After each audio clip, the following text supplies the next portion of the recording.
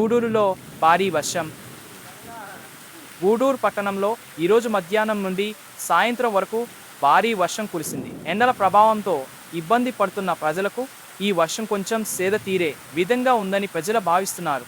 దాదాపు 2 గంటల పాటు ఉరుములు మెరుపులతో భారీ వర్షం కురిసింది. వర్షంలో చాలా మంది చిన్న పిల్లలు, పెద్దలు సైతం వర్షాన్ని ఆనందించారు.